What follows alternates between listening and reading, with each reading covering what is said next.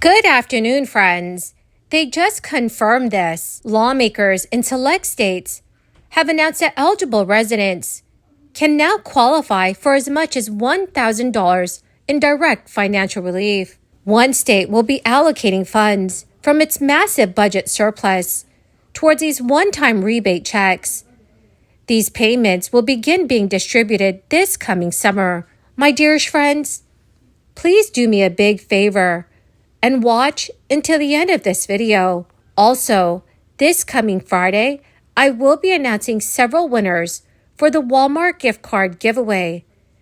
If you would like to enter the weekly giveaway, friends, simply click and like several of my videos and then comment below the keyword of each video that you watch. The more videos that you comment on, friends, the greater your chances of winning these giveaways. Yeah, I wanted no more CRs until we could move this process forward. We've achieved that. We forged forward. We got the top line agreement, and in spite of what people are saying on both sides, this is a better agreement than we had. We because of the adjustments that were made to the top line of 1.59, there was additional money that was spent, so we went in and carved it up. We got $16 billion in real cuts out of the IRS slush fund and the COVID slush fund the Biden administration was so jealously guarding and protecting, and that's an important improvement. We changed some of the gimmicks in those side deals, as they're called, into real savings for the American people. So having gotten the top line agreement now, this allows us to go forward for the appropriators on both sides, both chambers, to work together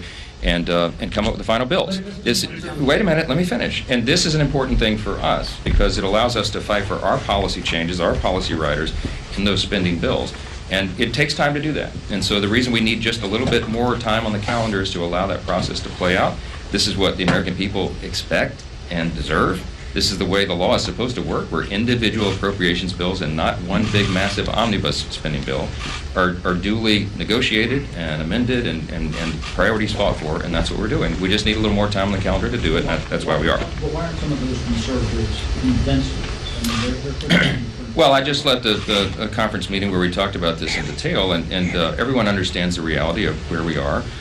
Right now, as it sits, the House Republicans have the second smallest majority in history. We have 218 right now, 213 on the other side, and beginning next Monday, we'll be at 217. Literally the smallest Republican majority in the history of the Congress and the second smallest of all time, rivaled only by the 65th Congress in 1917 during World War I, before women had the right to vote. The Democrats had a slightly smaller smaller margin than us. But so that's the reality where we are. We're not going to get everything that we want, but we're going to stick to our core conservative principles. We're going to advance fiscal stewardship. I regard this as a down payment on real reform that we're going to do in the budgeting process and with the budget going forward, and I think much, much brighter days are ahead. According to CBS News, more Americans will be receiving relief this summer. Hundreds of thousands of older adults and those with disabilities that reside in the state of Pennsylvania are now able to apply for rebates of up to $1,000. Pennsylvania's property tax and rent rebate program is now open. The maximum standard rebate is now $1,000, up from $650 after Shapiro signed bipartisan legislature into law last year. The maximum standard rebate is now $1,000, up from $650 after Governor Shapiro signed bipartisan legislature into law last year. The income limits have been increased for the first time since 2006 to $45,000, making nearly 175,000 more Pennsylvanians eligible for the program. The income limits will now be tied to the cost of living, so residents won't be priced out of the program. The Shapiro administration says it used to deliver 600,000 rebates annually, but has only sent out about 430,000 in recent years because of the unchanging income limits. Governor Shapiro said retirees and seniors have told him the state needs to do more to keep up with rising prices, and his administration has promised to help. The program benefits eligible Pennsylvanians age 65 and older, widows and widowers age 50 and older, and adults with disabilities. The rebates range from $380 to $1,000 based on income. According to CBS News, Pennsylvanians can apply online through MyPath. Assistance is available at the Department of Revenue district offices, local area agencies on aging, senior centers, and state legislators' offices. Then rebates will be distributed beginning July 1st. Local news stations have also reported that many residents across Kansas may not realize they qualify for tax refunds, and they may miss the opportunity to file for them. Sedgwick County Clerk Kelly Arnold spoke about 3 different refunds. Applicants can only file for one of these, and not all 3. Also, applicants must wait to file for the refund until after they have filed their income tax return. The homestead refund is a rebate for the property taxes paid by homeowners. The maximum refund is $700. There is also the Safe Senior Refund, which refunds up to 75% of 2023 property taxes to low-income seniors. The Senior and Disabled Veterans Property Tax Refund is also being provided to eligible residents.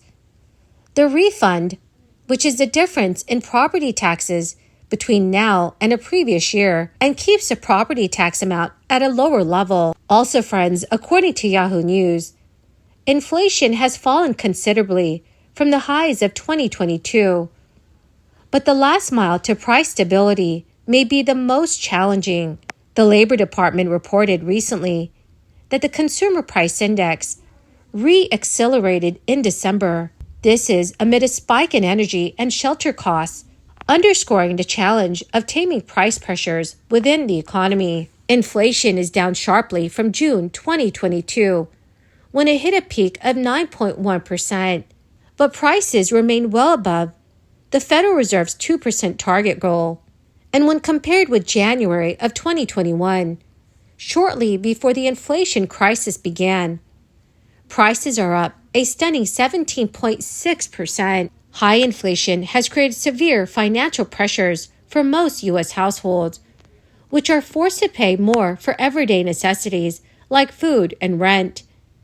Food prices are nearly up 34% from the start of 2021, while shelter costs are up almost 19%. The typical U.S. household needed to pay $211 more a month in December to purchase the same goods and services it did 1 year ago. Dear friends, please let me know in the comment section below if inflation is affecting your lives. Well, my awesome and amazing friend, that is the end of my daily stimulus update video for today. My dear friends, thank you so much for being part of this community. Every Friday, I will be announcing several winners for the Walmart gift card giveaway. If you would like to enter this week's giveaway, all you have to do is click and like several of my videos and then comment below the keyword of each video that you watch. Thank you, and have a wonderful and very blessed week.